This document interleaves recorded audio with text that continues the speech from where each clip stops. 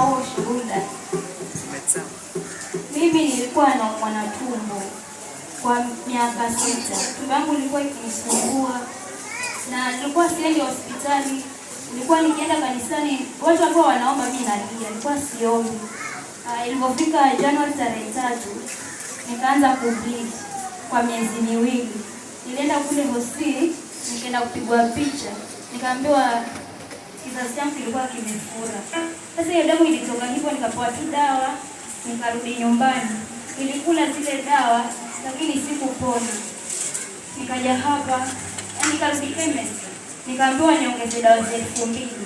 Nilikuwa tu niko na 500, nikachukua hizo dawa za 500 na nikasema mimi sitarudi tena kula dawa.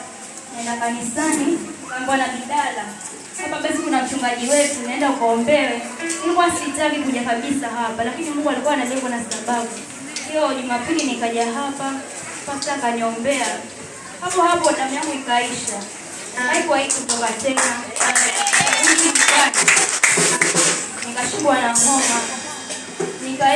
Sikuenda hospitali, nilienda chemist kununua dawa, sikuenda hospitali. Nilipewa hizo dawa nilikula lakini ziliisha, sikupona. Pastor akaja tena hapa akaniombea. Nikarudi nyumbani miguu. Nilitoka hapa Kiwandani mpaka Charwamai. Nilitembea na nilikuwa siwezi kutembea. Nilitembea mpaka nikafika na nikapona.